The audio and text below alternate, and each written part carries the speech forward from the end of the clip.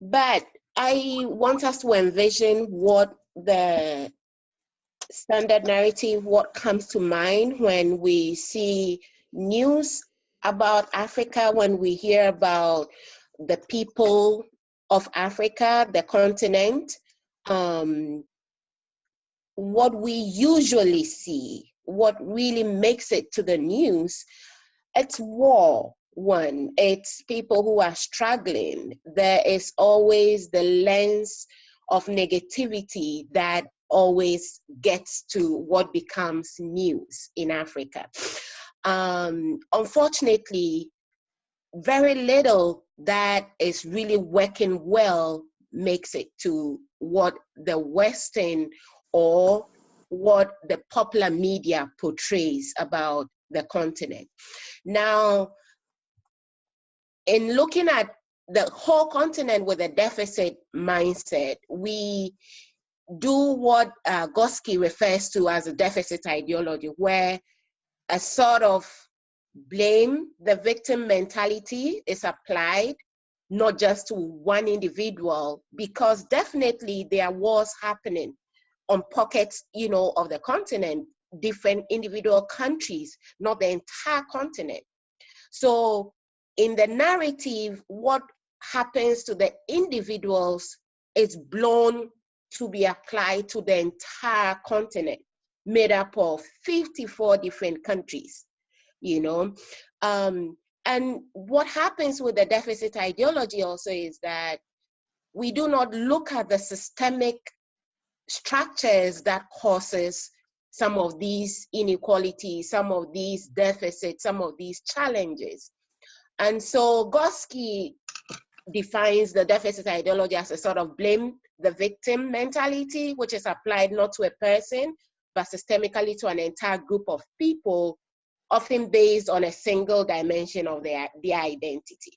And so, especially with Africa, that identity of negativity is what gets picked up and becomes the standard narrative.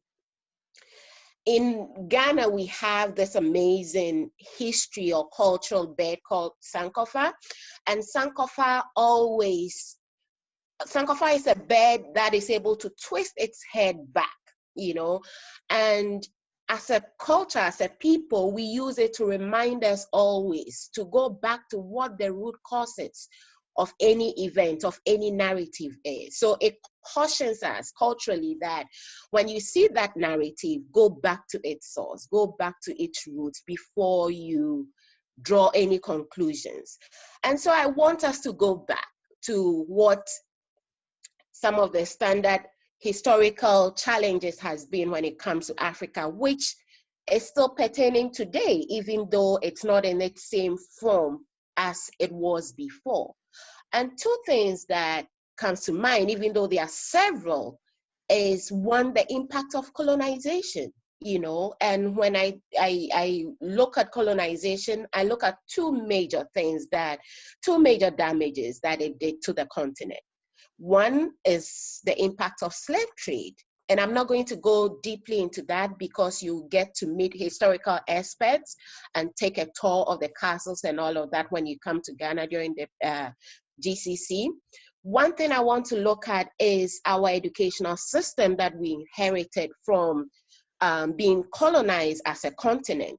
If you look at various African countries today, what is the model of our educational structure? Because I believe personally that the way people are educated creates a whole lot of impact on how they engage with other people, how they engage, how they develop, And what did we inherit, which unfortunately is still deeply engraved in our system today. Freire talked about the fact that when you deprive any human being from being part of their own decision making, you commit a huge violence against them. Our educational system is one that is heavily based on the purposes that it served our colonial masters. And so you see a lot of rote learning, you see a lot of not questioning the status quo, you see a lot of this is what it is, you take it as it is, where Ferry talks about the banking system, where you have someone with all the knowledge pouring it down. You know, students are seen as empty vessels, but not people who also have something to contribute. Sadly, across the continent, these are the educational structures that we have. And whilst visibly it will not point to how our human capital is developed, we see it across our engagements globally, you know, where we are not empowered to take ownership of our own resources through our educational system. We are not empowered or challenged to question the way we are engaging with our international partners in so many ways. After the departure of our colonial masters, colonization still exists in Africa. We talk about, we can look at it through various means. How does Africa play on its global market, for instance? What is the role of capitalism today on the continent? We may have all the resources, but in so many ways are also tied up where we are not free to engage and benefit from the various infrastructure and the various benefits that we have, given it our natural resources, you know, and other things that we have.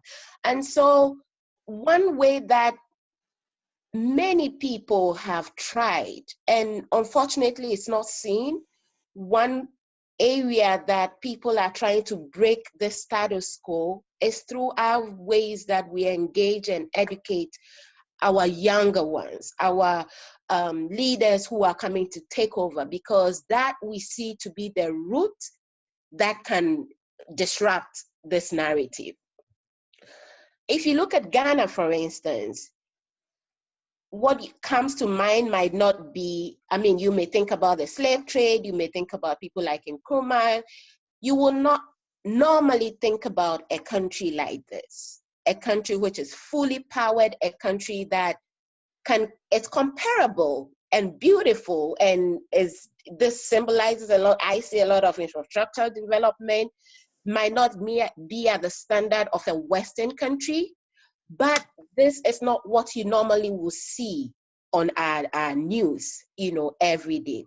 But this is Ghana, for instance, and this is an example of many other African countries that are striving, you know, to change our narrative of deficiency. Some of the people in the past, historically, who have defied some of these odds are people like our first president, Nkrumah, who himself was educated here, was educated in Ghana, but had the opportunity to have a Western education, for instance. And by no means am I endorsing that Western education is only the way to go. I guess my argument is an educational system which empowers you to challenge the status quo. And when Nkrumah got this training, what he did was to come back and use that same education to challenge the same colonial system that was hindering the whole continent. And Nkrumah did not lead only Ghana to its independence, but was very instrumental in working across the continent to facilitate the independence of many other countries. And of course, he worked along with people like Du Bois, people like Nyerere, and a whole lot of other African countries to also liberate themselves from colonization. Another person who has gone and defied that common narrative of Africans not being up to task, not being up to standard, is our former UN Secretary General Kofi Annan, who was trained in Ghana, but also came here and led one of the most amazing, and to me, one of the most powerful world organizations like the United Nations. Whilst these are ingrained back in our history, currently there are other organizations, other institutions who are also beginning to work closely to change that narrative. And I have been really privileged to work with Ashesi University, which I would say it's not the status quo when it comes to our typical higher educational system on the continent. where we decide to train our students to think differently, where we defy the odds to let our students challenge us as leaders, you know, where we are training students to begin to see some of the inequalities around them and not just see it, but take action, just like these two world leaders did. Just like we are hoping to empower them to go out there and defy the odds. So I will speak about just a few, I'll say maybe 3 people who this institution has been able to empower. And I think as part of your, the GCC, you'll get to meet some of them. The first one is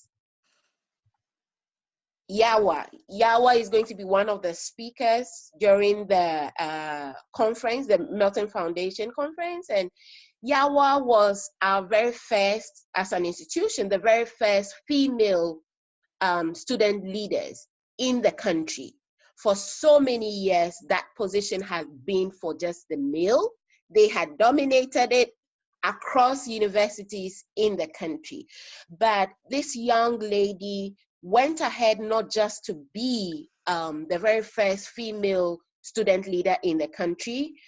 Currently, Yaa Woyaw sits on our board, our Ashesi Foundation board, and has a foundation where she's also training young people to do exactly what she did. And she has gained a lot of global attention. She's been invited to so many global forums where her organization is being used or is being adapted as a model to help other young women also break that odds. Here you will call it break that iron, that glass ceiling, you know, to meet their own full potential. The second person is Regina. Regina is this young lady in the picture. Regina also is one of our alums who, her passion is helping young ladies in some of the most deprived slums in Ghana, helping them to code, helping them to program, helping them to get familiar with unconventional technology, which mainly is reserved for, I would say, the males. And one exciting story about Regina is that when she came to Ashesi at a point, she got so stranded with the whole phase of technology. She was the only female, for instance, in her class. Regina managed to stay and actually would confess, or in so many conversations will tell you that she got to a point where she wanted to quit and do something easier, you know, as a female, but persisted, went on to work with a bank. After a couple of years, quit from the bank and started this her organization working with slums and young people in Ghana. Ayoko right here was one of Regina's programming professors at Ashesi. And today, these 2 young ladies are students that Regina mentored in her slums and are also students at Ashesi reading computer science. So these are small ways that students are beginning to see their own empowerment that they embody and go on to pass it on to other people. The last person I'll talk about is Petemeni, a young man here, himself a refugee from Liberia, came to Ghana, struggled through the system, managed to find himself at Ashesi. And Petemeni is just one person who I will say it's not your usual, you know, who doesn't fit the usual African narrative. During the Ebola crisis, Petemeni worked with the WHO from his dorm room in Ashesi because we wouldn't allow him. The WHO wanted to fly him back to Liberia to help. He works with programming, and he developed the software that identified hotspots, which was spreading the virus, so that there will be right away interventions to stop it. We didn't allow him to go back from his dorm room. He worked closely with WHO to fight the Ebola crisis. These are some of the young people who are going against the normal standard narrative of you following orders, you doing as you are told, you being an African, and this is the box that an African should fit in. because I bet you any of these students will fit your usual Harvard or Yale or Macalester students anywhere in the world. And so through education, we are switching people's minds on, and I have been privileged to work with a group of students who come from some of the most rural and some of the most deprived family and socioeconomic background, who come to this environment, gain this education, and go out there to do amazing. And so as a continent, if we are defined by what we see and we don't lift the veil to see what resulted in that and what else can we do, then we perpetuate that. We perpetuate that common narrative of deficiency, that common narrative of lack of marginalization, and we further hinder, or even the way we engage with the people, the young people like this who are coming from the continent, becomes deficient in so many ways. And so I hope that as we prepare ourselves to engage in this wider conversation during the GCC, we will begin to, what Freire refers to as, put on our critical consciousness, where we don't just go by the status quo, where we don't just go by what we see to be the common narrative, but we begin to question, we begin to look at history, we begin to look at impact, but most importantly, we also begin to focus on the many positives that is happening on the continent. And so I think this is where I'll draw the curtain as a teaser, and then we can engage in further conversations for the rest of the session. Julie? Yes, thank you very much. Okay. Before we go into the critical incidence activity, I would start with the Q&A, to be honest, so that we can see like if people have like questions and comments on what you just said. Okay, so at what point do you want us to introduce the activity? I would do this at the end, if this is okay. Okay, all right. So I would leave this out there as a teaser for us to now engage in various conversations. If there's anything on your mind that you want us to talk about as we prepare for the GCC, especially about what the standard narrative has been and what you are hoping to unpack during the GCC, I think this is the time for us to engage in this conversation.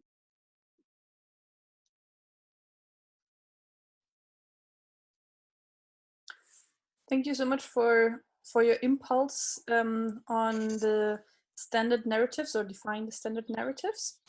So this is an open invitation for everyone to add your questions, your comments, to see what something unclear, or if you want to comment on what you just have heard from Millicent.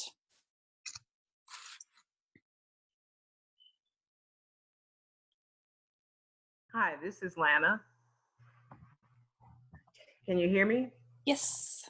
Hi, Lana. Okay. Hi. Thanks, Millicent, for talking about how young people are changing the narrative in Ghana and all over. Could you speak a little bit more about the females who are making a difference? Mm-hmm. And specifically in terms of whether or not women are receiving the same pay, because that's an issue that we have in the United States, mm-hmm. that women can work just as hard as men, but we're not receiving the same pay. Mm-hmm. Mm-hmm. And so this it's across the world, and just like the US, in terms of women working sometimes even not at the same rate, but even twice as harder, given all the other things that we do in addition to doing the full-on work as men, it's still the same. It's still the same, but I think the conversation is beginning to change now, where women feel empowered to be able to challenge some of these, you know, deeply ingrained discrimination against them. Whereas before, they will take it on as is and will not challenge women are now beginning to question the status quo. Women are beginning to question, why is it that I'm doing the same amount of work? Why is it that I'm doing even more and I'm not getting the same as my male counterpart? And for us, this is really significant because unlike the US, where free speech and challenging the status quo has always been part of the culture of the US, for us as a continent, this hasn't been. So it's one of the areas where significant impact is being made, where people like Yaa Woyaw, for instance, is empowering young girls. People like Grace, whom you meet, who is on this call, is working with young women about their sexuality. And whilst this is not about pay, it's working with young women in our rural communities about their own sexuality and how they own that, how they own their bodies, and how they are the ones who can make decisions about who gets access and who are not. And so we're getting women now seeing what is not right, but not just accepting it, but questioning it. And to us, this is a huge step forward. Thank you. Thanks. There is a question in the chat window from Nikhil saying, "Hi, Millicent, a quick question or clarification, as I think I lost you a bit when you mentioned how capitalism influences the standard narrative on Africa and especially Ghana. Could you please clarify how? Thanks a lot." So, I mean, when we see a people who are not, for instance, empowered to make decisions about their own resources, and yet they are invited to that conversation about, for instance, when I give you loans, but I'm bringing my own people to come and implement whatever that loan is supposed to go to. In Ghana, for instance, the US is giving us a huge amount of money to change our electrification process, where it's not Ghanaians who are getting to implement these things. It is the US which is bringing its own resources, its own people to manage these structures. And so you begin to question that, who in the end is benefiting from all of this? Where you give, but on the surface, it looks like it's you are giving, but in the end, whoever is receiving is handicapped, really, where they really don't have a say, And so in so many ways, our resources are being used, our resources are being tapped into in ways that continue to benefit the West, because we are not in a position sometimes to even say no if we want to. So our government, our systems are continuously being handicapped in so many ways that we are not empowered to make decisions by ourselves, because if we go contrarily, and for any government who wants to see its country thrive, they yield in. But in yielding in, your hands continue to be tied.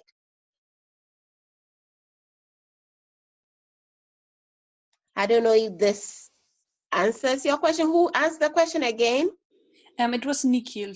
Nikhil, okay. He's saying, perfect, thanks a lot. I would like to follow up on that and say, like, how much do you think is, because you talked a lot about how education can change the standard narrative, and like Ashesi is one of the universities that really tries to change that and to make people think for their own and question, etc. So why do you think this is not the standard, or why do you think this is still not so common in Ghana or in general? Because I think it's not just a phenomena in Ghana or in Africa, but in the whole world. Absolutely. Ashesi is private. Ashesi is not a public university. It takes a lot of money to do what we are doing at Ashesi. It takes a lot of resources to do what we do at Ashesi. If you take a public university, for instance, and I went through a public university where in a classroom you have thousands of people who are standing to listen to lectures, who are, sometimes faculty don't show up because faculty have to do other things to supplement their salaries. It takes money to do the sort of things that we are doing at Ashesi.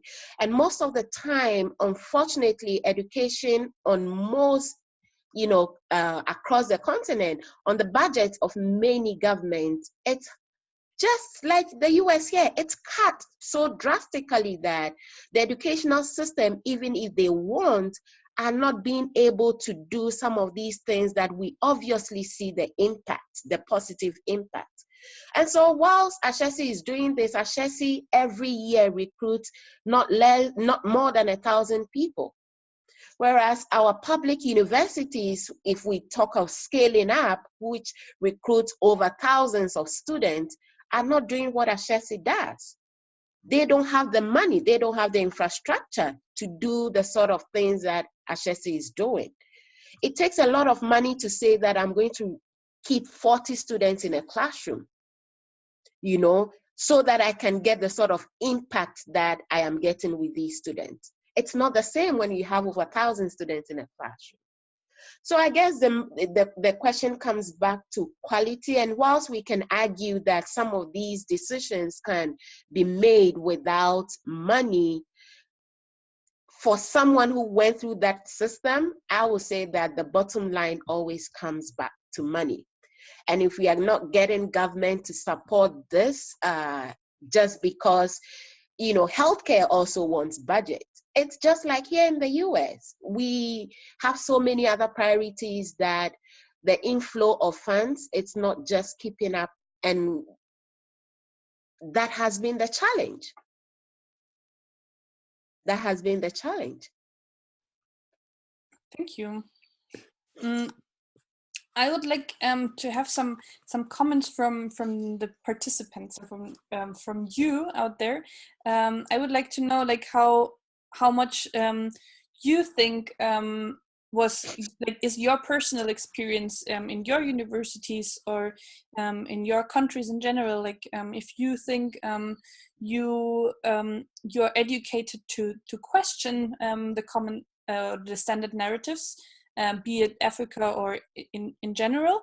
And maybe you, Millicent, could also tell us, while the participants are starting to think about their own story, a bit about your personal experience, like how you came to start questioning, and how you were started with this system. So, I mean, do you really want to go there, Julie? Personally, like I said, I was educated in a public university. That's where I had my foundation, where I got I come from a really low income background. I am first generation college student among my family. And so I typically didn't go through a privilege, if I should say, an educational system which would not go, by the banking system itself. I remember very well my second year in college in a microeconomics class, fully packed drawing graphs in our hands on papers, and everything.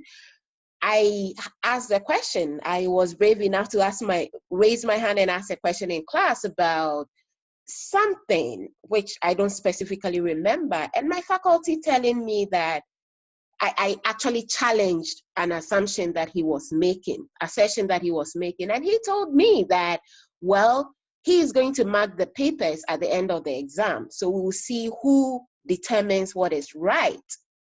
I think, and I always share this story, it was at that point where I zoomed out of my education and decided to just go by what I'm told and give it back, if that is what will yield my success.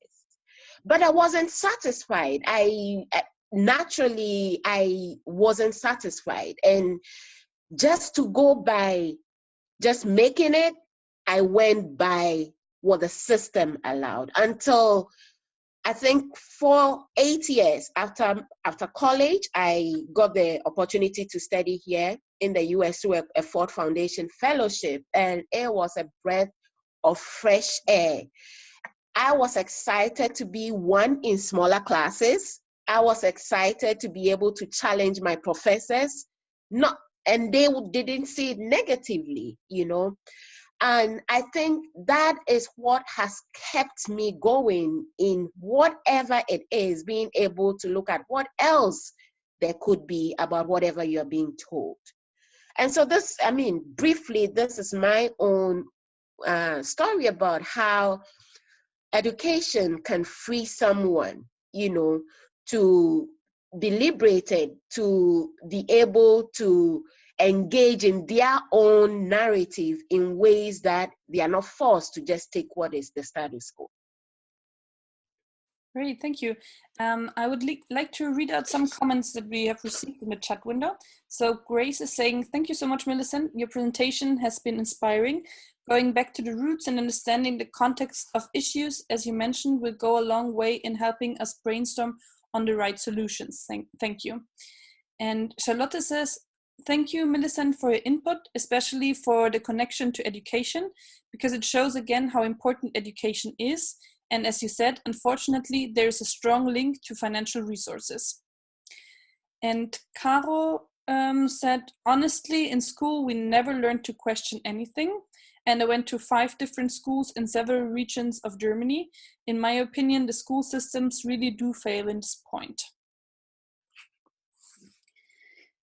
So those were the comments on the chat window. Are there any further questions? Now this is your time to still add something. If this is not the case, I would then continue with the next part, which guides us to the critical incidents activity. I have one more question for Millicent. Mm-hmm. Millicent, how can we participate in changing the negative views of different countries in Africa? For example, I think businesses understand the resources that are there, but general citizens do not, because they are basically led by the biased media. Mm-hmm. Mm-hmm.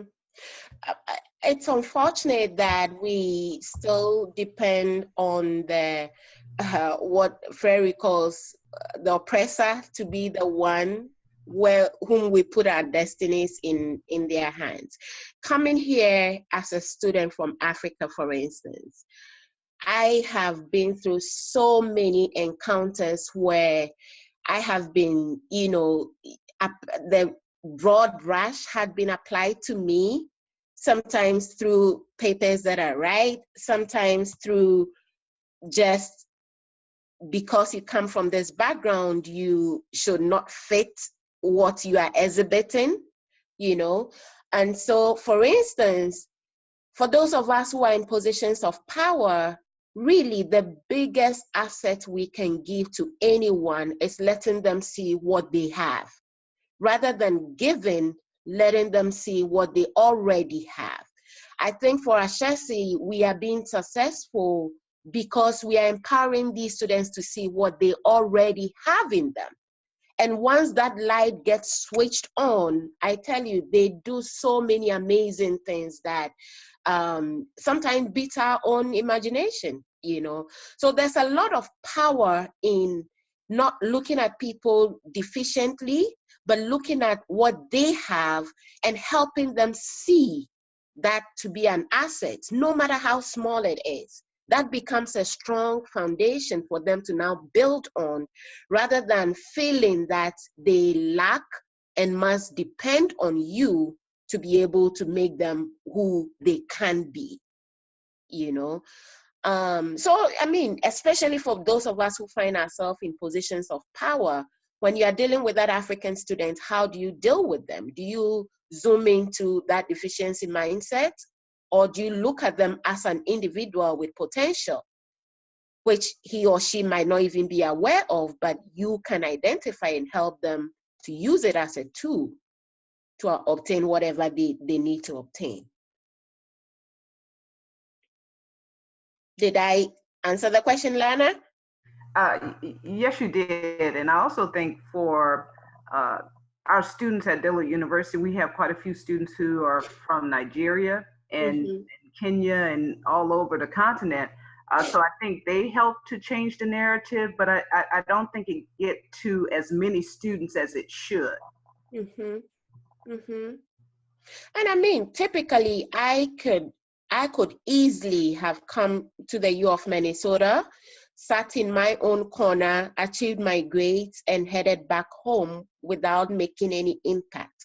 But because of my own personal, I won't say ambition, but my own personal calling, working with young people in so many ways, if it's either my papers in class that I write, if it's through engaging in various conversations on campus when it comes to the narrative about Africa, I do that.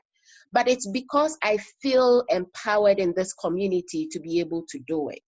And so whilst there may be just a few people making that impact, I think that when we begin to let them feel empowered to go beyond and let them see that actually you can take it beyond this, you know, we can begin to spread that. And your typical African student might not be the one coming from, you know, the poor. I see a typical Nigerian student who can pass for your average American student who come from wealth, who might not see some of these negativities that we see, you know, because that hasn't been their reality. So that's also one thing. We forget that Africa also has rich kids. Africa also has people coming from affluence.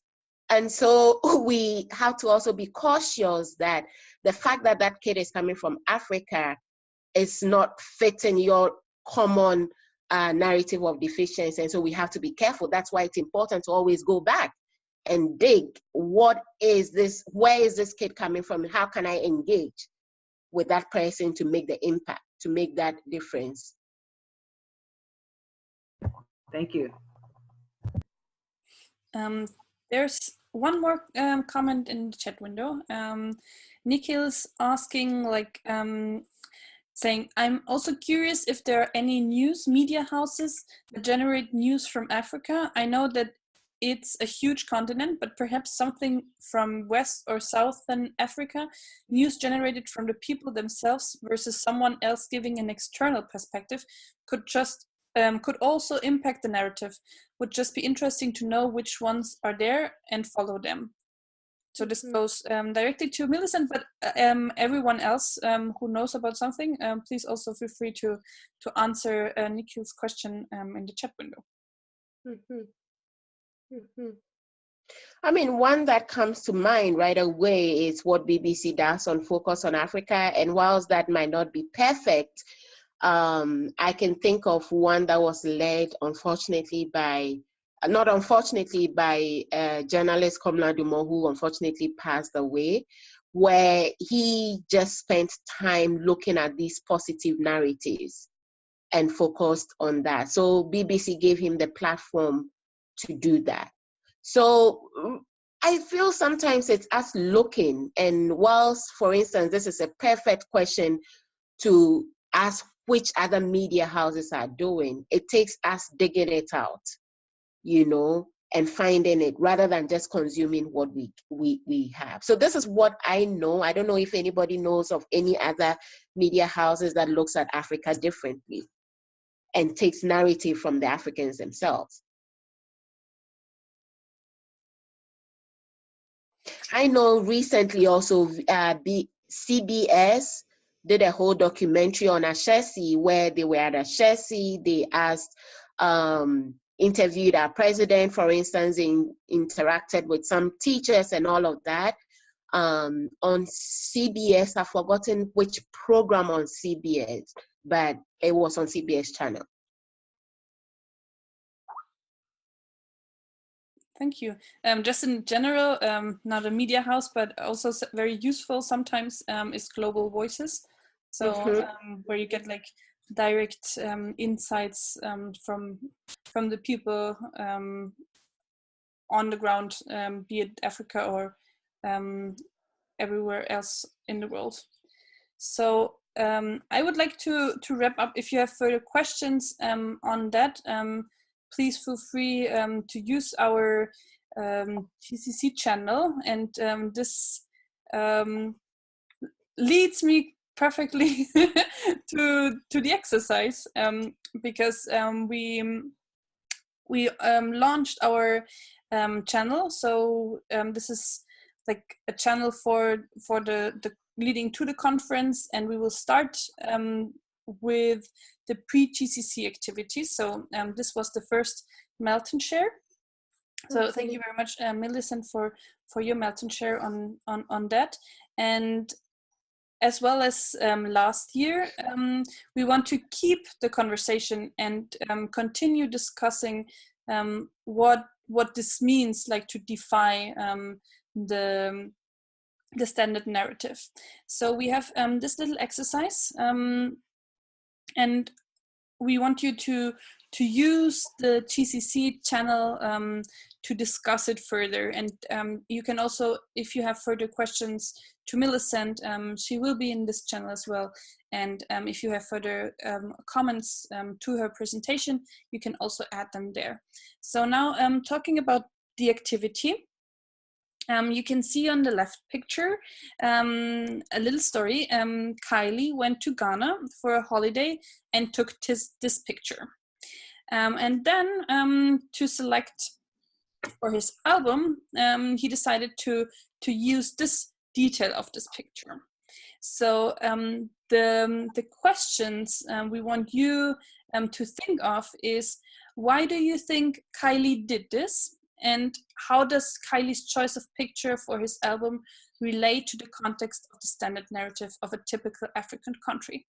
So we won't have the time to discuss those questions now, but I will definitely send you a follow-up email on the conference channel, so on the GCC channel, and we will then start a conversation on the standard narratives through this little exercise. So I'm looking forward to your comments, and please also feel free to add further your comments of what later maybe comes up to your mind when remembering Millicent's presentation.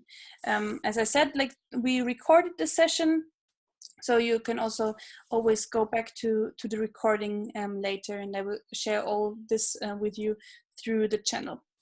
So thank you so much for today's call. Special thank you to Millicent for this great presentation, and also everyone who participated in the question and answering session. It was really good to still get like some more insights and some more details, and also see like what you are interested in, and how this affects you, and how you deal with that. And also thanks to Lars for monitoring the chat. And I'm looking forward to the next session. We will have this session in June. Then with Katie from Mama Hope, and everything will be announced again in the GCC channel and also on Facebook. So if you're still not part of the channel or in the Facebook group, please send me an email and we will add you. So thanks everyone, and Millicent, I give you the last words if you want to still say something to the audience.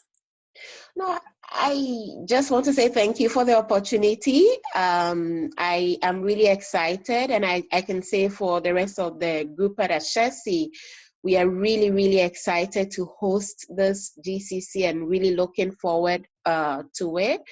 I'll say that as we depart, we put on our critical consciousness hats where we begin to, not just Africa, but begin to, any negative narrative that is presented to us, begin to dig deeper beyond what appears on the surface. So thank you very much for the opportunity.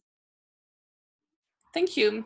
So please, everyone, now unmute yourselves and let's say goodbye with a big thank you to Millicent and with a big goodbye. So everyone, please unmute yourselves before you jump off the call to say thank you. Thank you, Millicent. Thank you. Thank you. Thank you, Millicent. Goodbye. It's great. Bye-bye. Bye. Bye. Bye. Bye-bye, everyone.